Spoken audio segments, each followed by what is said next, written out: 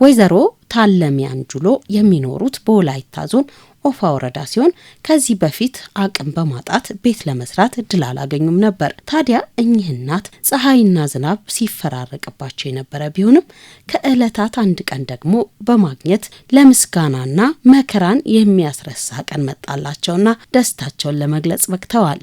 ነምሳይ ከተና ጋም የባይባይና ጋም ወይቂኝ ኢራይ ከተና ሾጪኝ ዋኖ ታየው አዋስ ማዳኪ ኦግኝ ፀሐይና ዝናብ እንዲሁም ረሃብ ሲፈራረቅብኝ ነበር።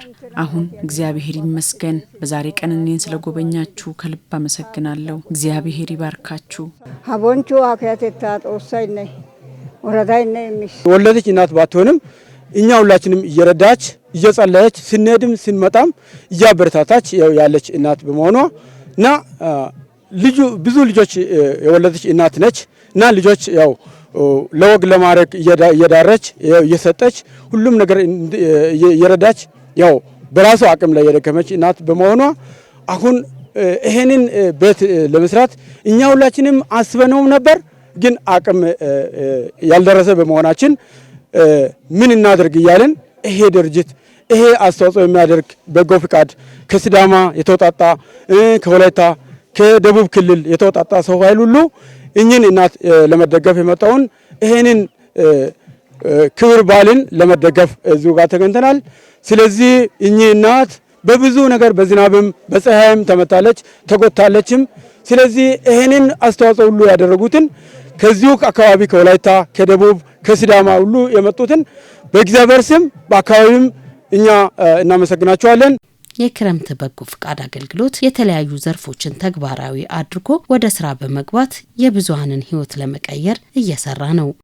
ደሃንና የተቸገረን መርዳት እንደኛ ወረዳም ከሀገር ጀምሮ በጎነት ለኢትዮጵያ ከፍታ በሚል መሪ ቃል ሲካሄድም ሲፈጸምም ሲከናወን የነበረውን የክረምት በጎ ተግባራትን በ19 የትኩረት መስኮች እኛም እንደ ወረዳችን ስናከናውን ቆይተናል።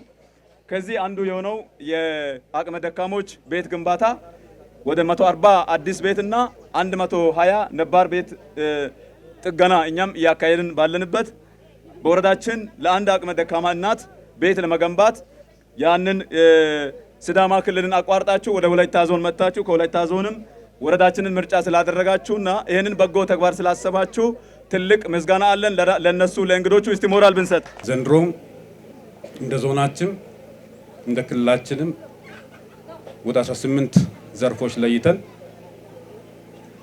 ስራዎችን እየሰራን ቆይተናል። አሁንም ያው እስከ ክረምት ማጠናቀቂያ ድረስ ዘለቄታ ይኖራቸዋል።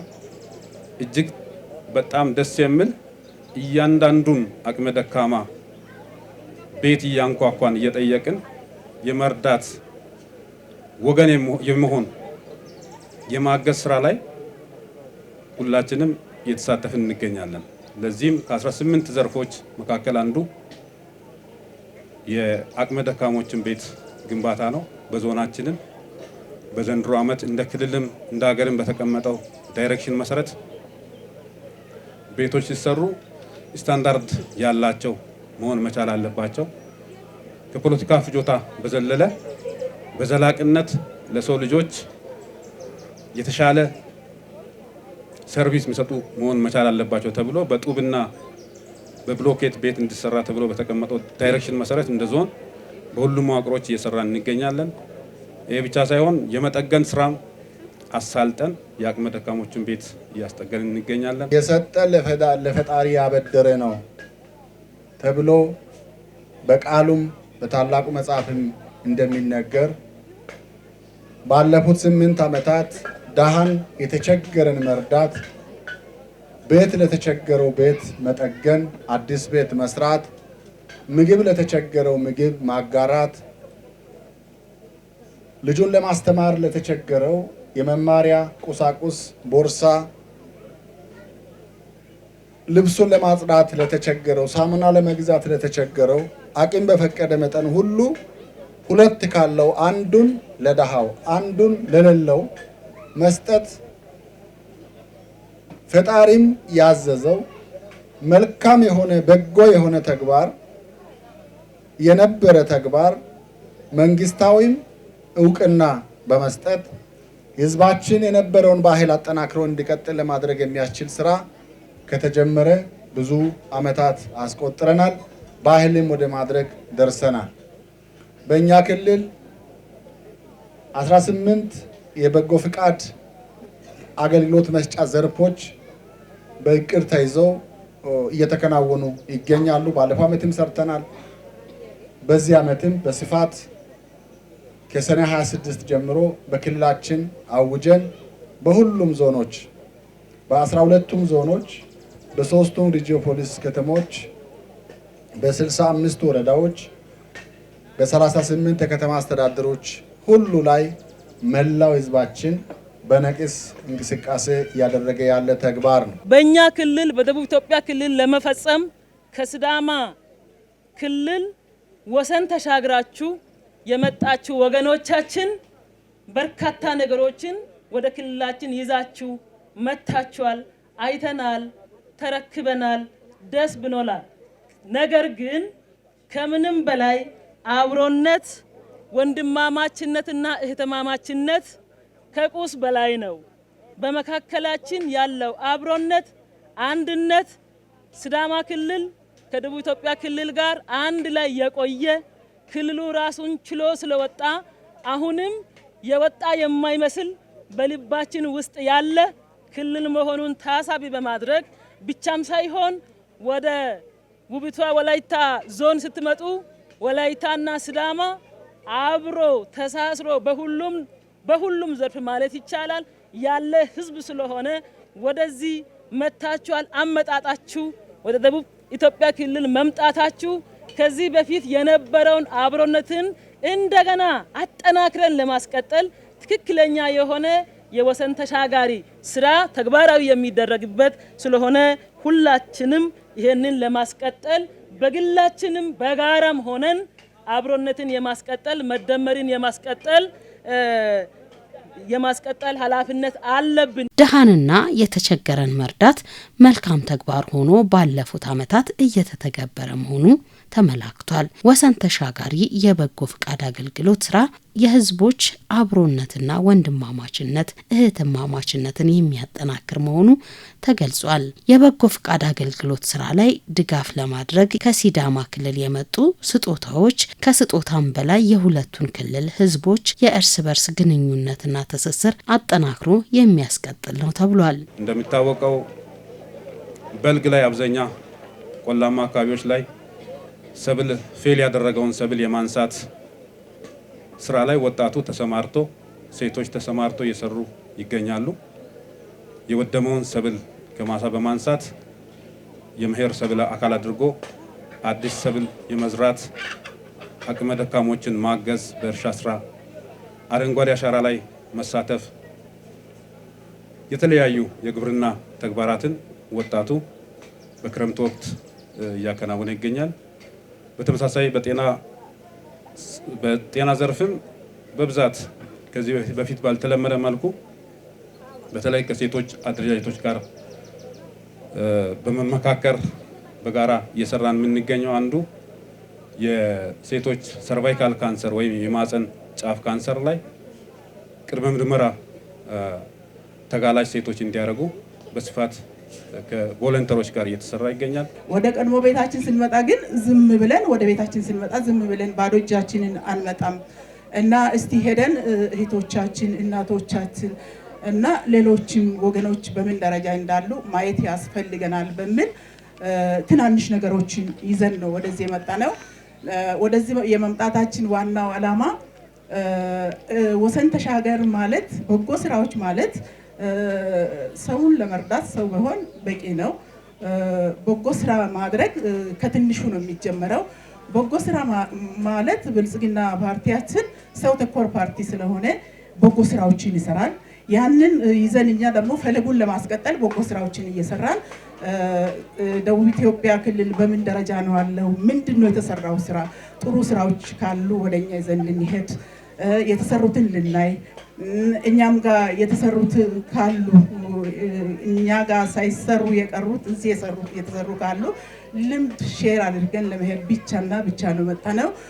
እዚህም ስንመጣ ባዶ እጃችንን አንመጣም ብለን ትናንሽ ነገሮች ለእናቶቻችን የሚሆኑ ለአረጋዊዎቻችን የሚሆኑ ዱቄት የመሰለ ዘይት፣ የተለያዩ ነገሮች፣ የንጽህና መጠበቂያ ደብተር፣ እስክሪብቶ ለተማሪዎች እና ቤት መስሪያ ቅድም እንዳላችሁትም የተወሰነ ደረጃ ቢደረግስ በሚል ትናንሽ ነገሮችን ይዘን በመጣነው መሰረታዊ የሰዎችን ህይወት የሚቀየር ነገር ላይሆን ይችላል፣ ግን ወንድማማችነትንና እህትማማችነትን እንዲሁም የህዝብ ትስስርን የሚያስቀጥል ተግባር ከመሆኑም ባለፈ በፈጣሪም ዘንዳ እጅግ በጣም የተቀደሰ ተግባር በመሆኑ እዚህ ላይ መተን ለመስራት እጅግ በጣም ደስ ብሎናል።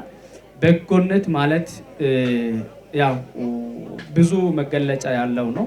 በጎ ተግባር የመንግስት ተግባር ብቻ አይደለም፣ የፓርቲ ተግባር ብቻ አይደለም። ሁሉም ህብረተሰብ ክፍሎች የሚሳተፉበት ተግባር ነው። ቅድም እህታችን ክብርት ብሩክ ስትገልጽ የነበረው እንደ ክልል የበጎ ተግባር በርካታ ተግባራት ላይ ሲሰራ የነበረውን እኛም ዛሬ ጧት ስንመጣ ወደ ወላይታ ሶዶ ወደ ወላይታ ዞን ስንገባ ከዲንቱ ጀምሮ መንገድ ላይ ያሉ ከተሞች ላይ በተለያዩ በጎ ስራ ተግባራት ላይ በርካታ ህብረተሰብ ክፍሎች በከተማ ጽዳት፣ በችግኝ ተከላ፣ በተለያዩ ሁኔታዎች ሲሰሩ በአይናችን እያየን ነው የመጣ ነውና እንግዲህ ይሄ መልካምነት በተለያየ አጋጣሚ ድጋፍ ለሚያስፈልጋቸው አካላትን ካለን አንስተን የምንደግፍበት በጎ ተግባር በሁሉም ህብረተሰብ ዘንድ ባህል ሊሆን ይገባል። በደቡብ ኢትዮጵያ ክልል የብልጽግና ፓርቲ ሴቶች ክንፍ በጎ ፈቃድ ስራዎችን በክረምት ወራት በተለያዩ አጀንዳዎች በመስራት ሴቶች ተጠቃሚ እንዲሆኑ በማድረግ በርካታ ሴቶች ተጠቃሚ እንዲሆኑ ተደርጓል። ከዚህ አንጻር ለአብነት ሴቶች በራሱ አቅዶ ከክረምት በጎ ስራ ጋር በማስተሳሰር የተለያዩ ከ15 በላይ የሆኑ ዋና ዋና የትኩረት አቅጣጫዎችን ይዞ እየሰራ ያለ መዋቅር ነው። ከዚህ አንጻር 200 ለእናቴ የሌማት ትሩፋት ኢኒሼቲቮች ምግበን ከጓሮዬ ጤናዬን ከምግቤ እኔ እያለው ለባሌ ስንዴ አይሰፈርለትም በሚል መሪ ቃል ከተረጅነት ሴቶች እንዲላቀቁ በማድረግ የአረንጓዴ አሻራ ኢኒሼቲቮችን ተግባራዊ በማድረግ ከሁሉም በላይ የዛሬ አጀንዳ የሆነውን የወሰን ተሻጋሪ ስራዎችን በመስራት በርካታ እናቶች፣ በርካታ ሴቶች፣ በርካታ ዜጎቻችን ተጠቃሚ እንዲሆኑ ብልጽግና ፓርቲ ሴቶች ሊግና የደቡብ ኢትዮጵያ ሴቶች ክንፍ አንድ ላይ በርካታ ስራዎችን ስንሰራ ቆይተናል። ሁሉም የህብረተሰብ ክፍሎች የመደገፍን ስራ ባህል አድርጎ በመስራት ወንድማማችነትንና እህትማማችነትን ለማጠናከር የሚያስችል መሆኑ ተገልጿል። የአቅመ ደካሞች ቤት በጡብና በብሎኬት እየተገነባ ነው። የሲዳማና የወላይታ ወንድም ህዝቦች በመሆናቸው ወላይታን መርጠው በመምጣት ወሰን ተሻጋሪ በጎ ፈቃድ አገልግሎት መርዳትንና ለተቸገሩ ወገኖችን ባህል እያደረጉ ይገኛሉ። ወንድሞቻችን ወደ እህቶቻችን አጎራባች ወዳሉት ደርሰን ይሄንን ወሰን ተሻጋሪ የክረምት በጎ ስራዎች የክልል ሴቶች ክንፍ ይሄን መስራት አለብን። መስራት ብቻ ሳይሆን ማየት አለብን፣ መድረስ አለብን፣ እህቶቻችን በምን ደረጃ እንዳሉ መጠየቅ አለብን በሚል ነው እዚህ ድረስ የመጣነው። እኛ የመጣነው ብዙ ነገሮችን ይዘን ተሸክመን ያስፈልጋቸዋል ይሄን ነገር አጥቷል ብለን አይደለም። ወደ ቤታችን ወደ ቀድሞ ቤታችን እንደገና መተን ተቀይጠን ሁላችንም እዚህ ሆነን እናንተ በምን ደረጃ ላይ እንዳላችሁ ልናያችሁ፣ ልንጎበኛችሁ ህዝቦቻችንንም ለማየትና ለመጎብኘት ቀድሞ ቤታችን ስለሆነ ወደ ቀድሞ ቤታችን መተናል። እንዲሁም ደም ልገሳ ላይ ባልተለመደ መልኩ በሁሉም መዋቅሮች ላይ ስኬጁል አውጥተን እየሰራን እንገኛለን። ብዙ ስራ በትምህርትም ትምህርት ቤቶችን መጠገን ማደስ፣ የጤና ተቋማትን መጠገን ማደስ፣ እንዲሁም በመሰረተ ልማት ዘርፍ ላይ ብዙ የተበላሹ መንገድ አውታሮችን እንዲሁም ድልድዮችን የመጠገን የማደስ ስራ ታቅዶ እየተሰራ ይገኛል። በሁሉም በቴክኖሎጂው እንደገና ደግሞ በስነ ልቦና ውቅር ላይ ወጣቶች ላይ ስልጠናዎች ታቅዶ እየተሰሩ ይገኛሉ። ከነዚህ ሁሉ በላይ አንድ በጣም ታላቅ የሆነ የህዝቦችን ትስስር በጣም የሚያጠናክር ተግባር አለ።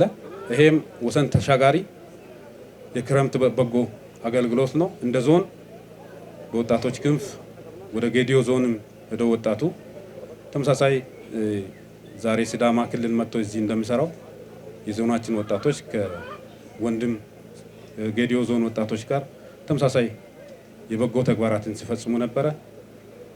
ዛሬ ደግሞ እጅግ ደስ የሚለን እጅግ ምንወዳቸው ለክልላችን በጣም ቅርብ የሆኑ ከክልላችን ደግሞ ከወላይታ ጋር ተመሳሳይ ስነ ልቦና በጂኦግራፊም ተመሳሳይ የሆነ ጂኦግራፊ የህዝቡ መስተጋብር ከሐዋሳ ከተማ ጀምሮ እስከ ጫፍ ድንበር ድረስ በድንበር ጭምር ከኛ ጋር የሚጋራ በጋብቻ የተሳሰረ በባህል የተሳሰረ መለየትም በጣም ከባድ ነው። ያው የክልል አደራጀት ጉዳይ ሆኖ ሁለቱም ክልሎች ራሳቸውን ችሎ በክልል ተደራጁ እንጂ አንድ ተመሳሳይ ልቦና ያለን ህዝቦች የሆንን የሲዳማ ወንድም ህዝቦች በወካዮቻቸው በሴቶች ክንፍ አስተባባሪነት ዛሬ በዞናችን ተገኝቶ በጎ ተግባራትን ለመፈጸም እኛን መርጣችሁ እዚህ ስለተገኛችሁ እጅግ በጣም በወላይታ ህዝብ ስም እንዲሁም በወላይታ ብልጽግና ፓርቲ ቅርንጫፍ ስም በአጠቃላይ በአባላታችን በእኛ አባላቶች ስም ልናመሰግናችሁ እንወዳለን። በጭብጨባ በጣም ብታመሰግኗቸው። የሚበልጠው ፍቅሩ ነው። የሚበልጠው ልባዊ መተሳሰባችን ነው። ቁሱ አይደለም። በጣም ብዙ ስጦታ ይዛችሁ ነው የመጣችሁት። ከስጦታዎች ሁሉ በላይ የሆነውን ፍቅር ስጦታን ይዛችሁ ነው የመጣችሁት እና በጣም ትልቅ ሀሳብ ነው። ሁላችንም ይሄንን አስፍተን ልንተገብረው የሚገባ ነው። ካመጡት ቁሳቁስ ቢያንስ ለ7 ምስኪኖች ቤት ሊሰራ የሚችል የቤት መስሪያ ቁሳቁስ ይዘው መጥተዋል። ሊያስመሰግናቸው ይገባል። ዛሬ ለእናታችን እችን ቤት ከዚህ ዝናብ ከሚያፈስበት ዝናብ ወደማያፈስበት መቀየር ዝም ብሎ ቤት መስራት ብቻ ሳይሆን በሰማይ በፈጣሪ ፊት ትልቅ ዋጋ ያለው ስራ ነው። ስጦታዎች ሁሉ በላይ የሆነውን ፍቅር ይዛችሁ መጥታችኋልና በህዝባችን ስም በክልላችን ሁሉም ህዝብ ስም በተለይም ደግሞ በኦፋ ወረዳ በዚህ ቀበሌ በሚገኙ ተጠቃሚ ህዝቦች ስም ላቅ ያለ አክብሮትና ምስጋና ማቅረብ ፈልጋለሁ። ሁሉም አካባቢ ላይ ሊሰፋ ይገባል የሚል አስተያየት ይኖረኛል። ካየሁት ተጨባጭ ነገር ተነስቼ ይህንን አስተያየት ለማለት ፈልጋለሁ።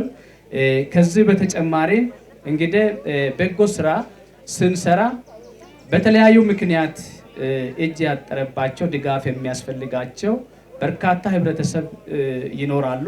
ያንን ደግሞ በውስን ሴክተር ብቻ መርተን ለሁሉም ተደራሽ ለማድረግ ሁኔታው ላይመች ስለሚችል ሁሉም ህብረተሰብ ክፍሎች መንግስትም፣ ፓርቲም፣ የተለያዩ ፖለቲካ ሀሳብ ልዩነት ያላቸው ህብረተሰብ ክፍሎች፣ ሲቪል ማህበረሰብ ድርጅቶች ሁሉንም ህብረተሰብ ክፍል ባህል አድርጎ የበጎ ስራ መስራት ይጠበቅበታል። ለእናቶች 250 ቤት ለመገንባት ታቅዶ ብልጽግና ፓርቲያችን ባስቀመጠው አቅጣጫ መሰረት በብሎኬት ጥራት ያለው ቤት ለእናቶቻችን እንዲሰራ ባቀድነው መነሻ ተግባሩ በውጤታማነትና ፓርቲያችን ባስቀመጠው አቅጣጫ መሰረት እየተሰራ እየተመራም ነው። በጎነት ስራ፣ የመልካምነት ስራ ከምንም በላይ የህልውና እርካታን የሚሰጥ ከሰዎች ሳይሆን ከፈጣሪ በረከትን የምንቀበልበት ስለሆነ ሁላችንም በተሻለ አግባብ ይዘን መምራትና ማስቀጠል ያስፈልጋል። በጎ ተግባር ለማከናወን ብቻ ሳይሆን ልምድ ለማካፈል በመጨረሻም የችግኝ ተከላ መርሃ ግብር ተከናውኗል።